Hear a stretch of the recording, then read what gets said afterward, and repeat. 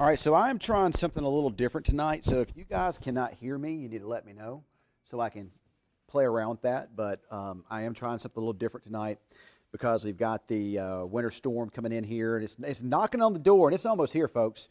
So I decided to dedicate this time tonight, weather after dark, instead of horsing around, playing around, and acting silly.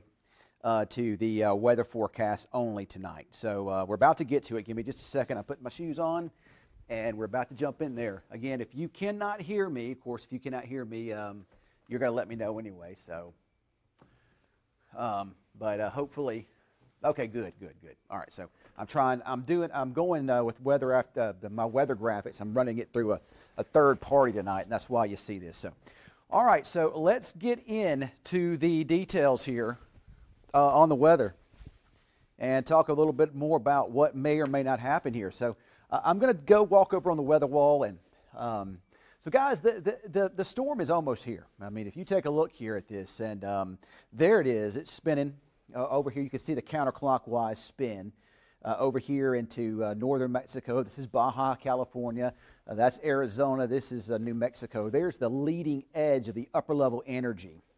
And it's really starting to intensify some. You can really see how the upper air jet is located from south to north here.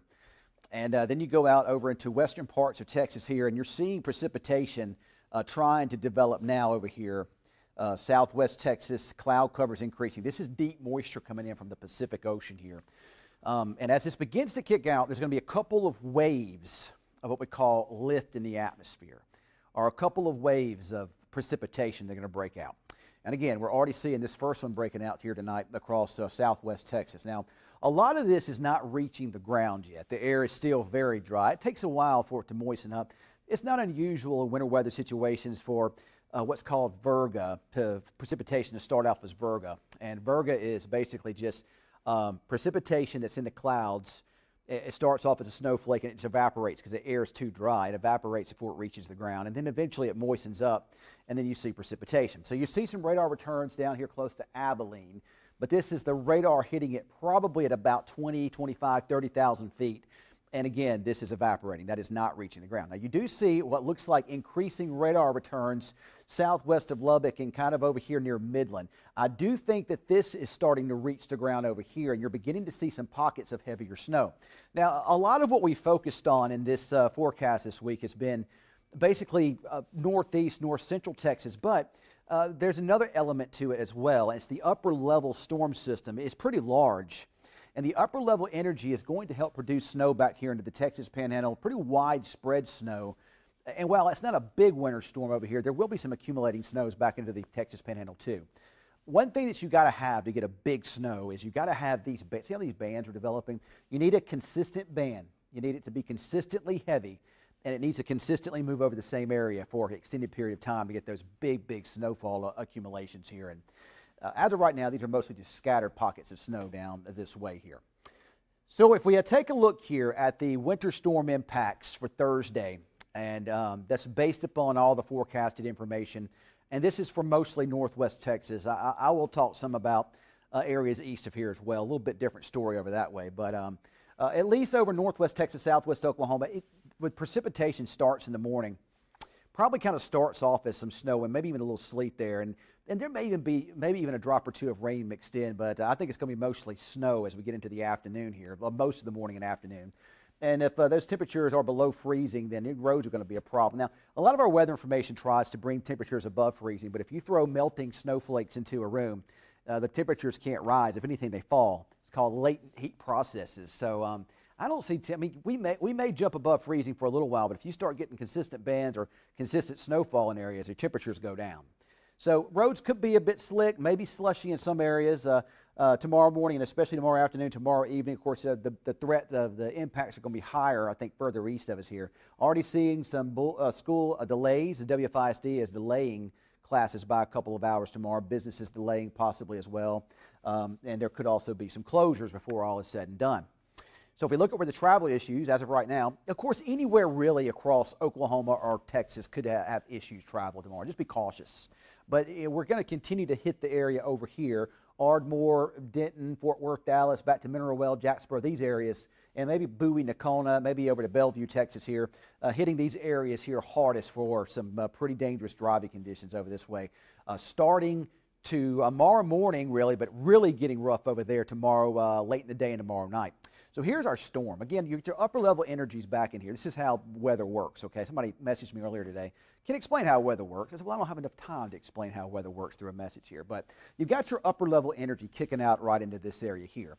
As that happens, it helps spawn a storm system or an area low pressure at the Earth's surface down here, south and southeast of San Antonio here, later tonight and first thing tomorrow morning. And then as we head towards Friday, this thing's going to track over pretty close to New Orleans and then in the southern parts of Alabama. North of this, going to be a pretty significant winter storm, I think, especially over here into eastern Oklahoma, parts of northeast, east central Texas, back into central Texas, maybe a good part of the Lone Star State. Remember, we called this the Texas-sized storm, and it really is. And then you're going to get big snows up here in Arkansas, up here in Tennessee and parts of Mississippi. And then on the just south of the snow area, there's going to be an ice area too. So that's something that, may have to be dealt with. So here we are tomorrow morning, early in the afternoon. You got the wintry mix of freezing rain, sleet, and snow down here.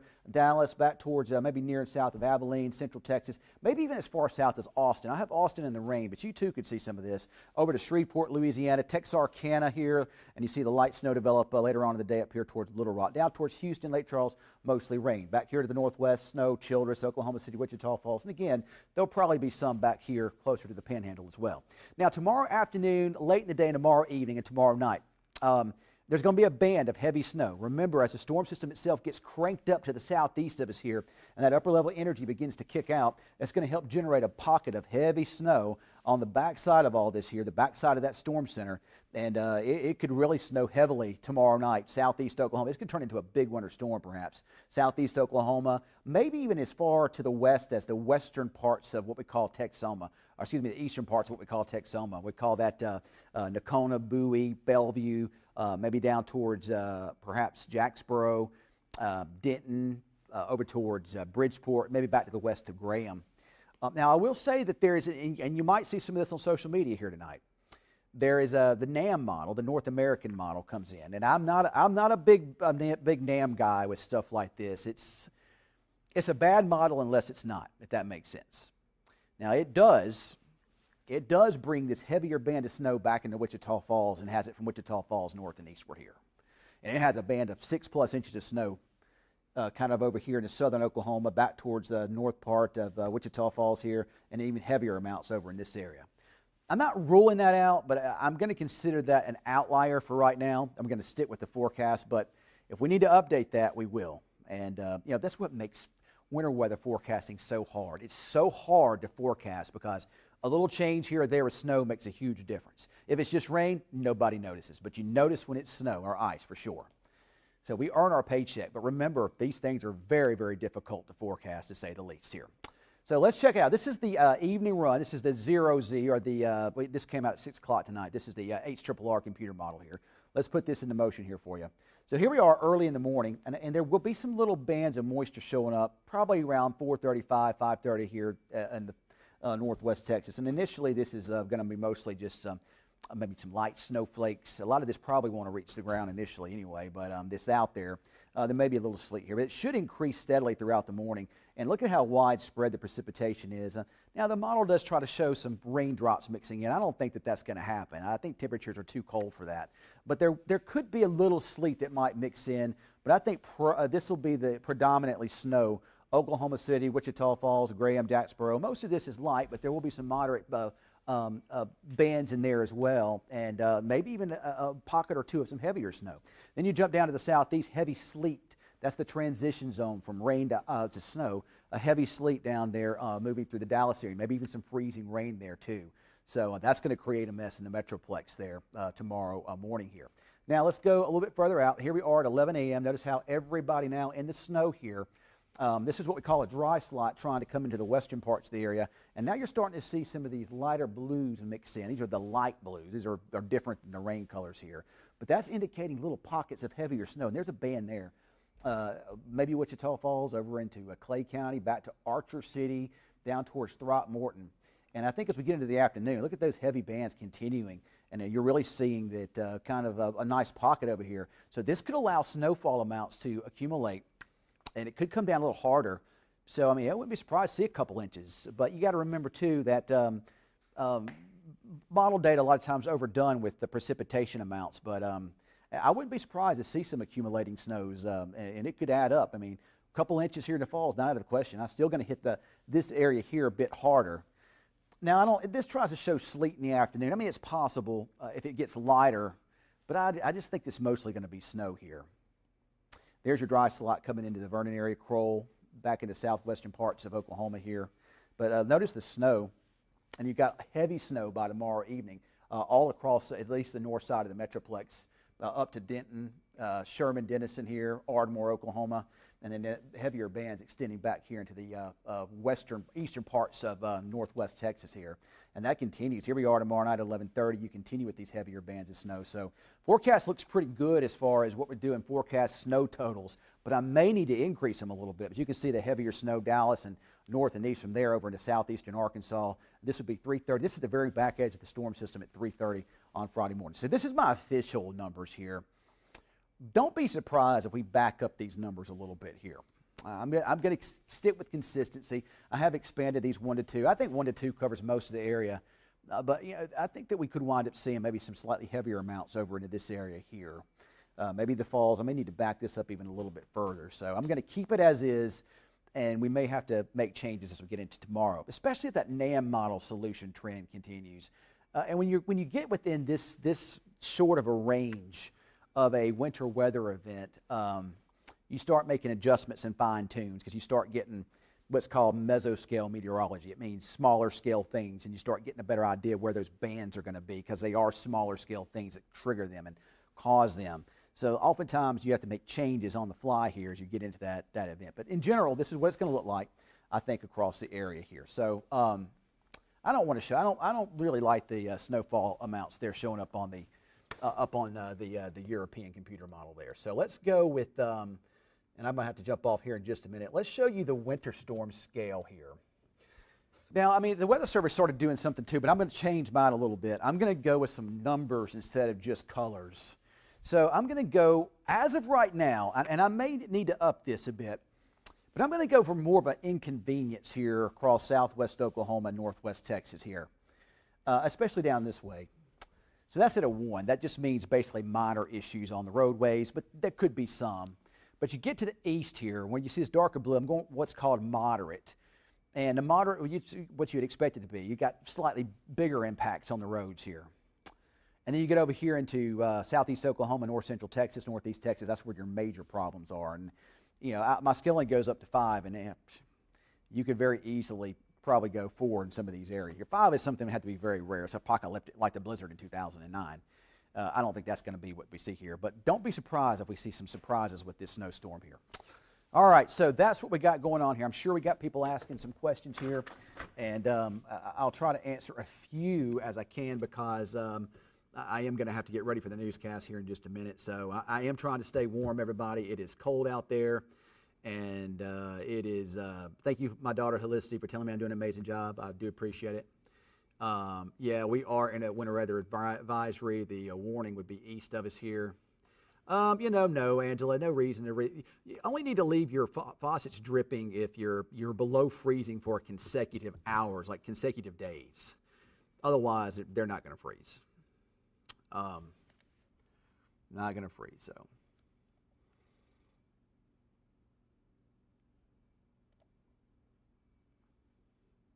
I'm trying to say we had a lot of viewers on here tonight, by the way. I appreciate you guys. So Vernon's going to get some, Candace. I just don't think you're going to be in the sweet spot.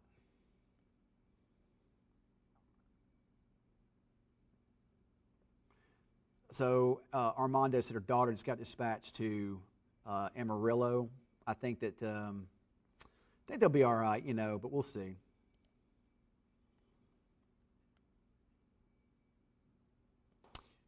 Chad says something, the temperatures rise, and it certainly is possible as you get that south wind and warmer air coming on in. So, am I doing the topical or whatever? Yeah, cut in. Yeah, all right, that's cool. So, yeah, so is my take under a warning here. So let's see. I haven't shown, have I shown warnings here? I don't think I have. So give me a second here. I'm going to show some winter weather advisories and warnings here. So give me just a second. So there's your warning map. The pink would be winter storm warnings that extend from Memphis all the way down to Dallas. Going a little bit closer here. So there's your winter storm warning areas, and then Bowie looks like it's now in on it, and so is the Decatur area. Don't be surprised if this inches back a little bit to the west in the morning some.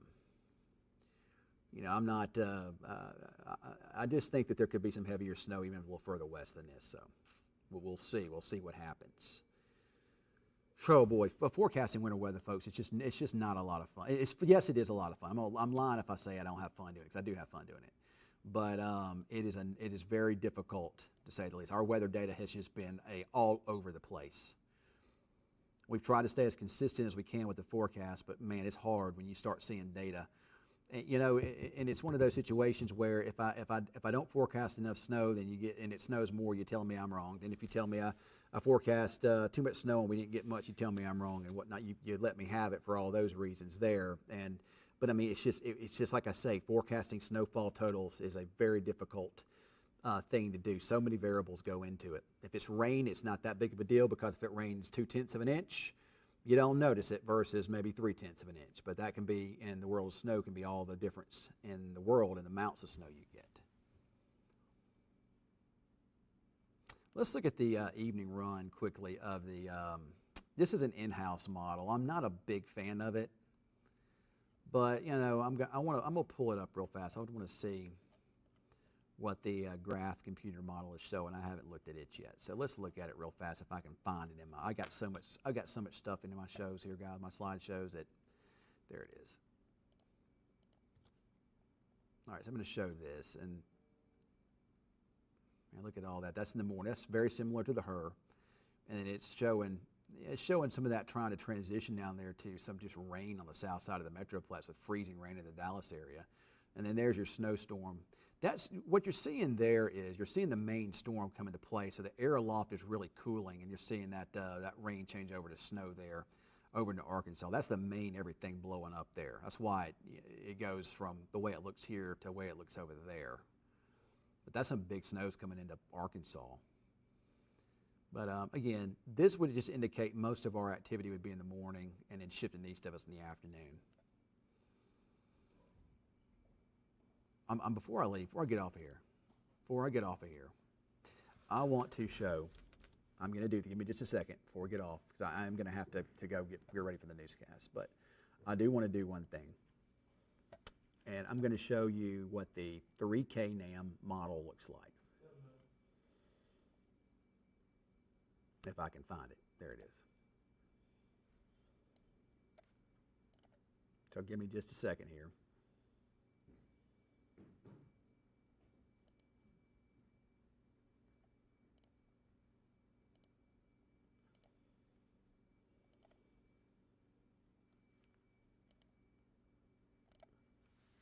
All right, so this is going to be, this is what I'm considering an outlier, okay? And by that I mean I think that it's a little bit different than the other models, but I'm going to show it to you. This is the 3K NAM. This is tonight's run. You know, it tries to have some rain mixed in and sleet mixed there in the morning there. And but this is the part of it that's different. So you see the first wave kind of shift east of us in the morning, and then in the afternoon and early evening.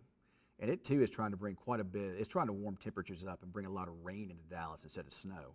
But look at what it's doing here. It's got a lot of snow on the backside of that. It's because it's a little bit stronger with the upper air storm center, and that's what's helping to push it a little bit more.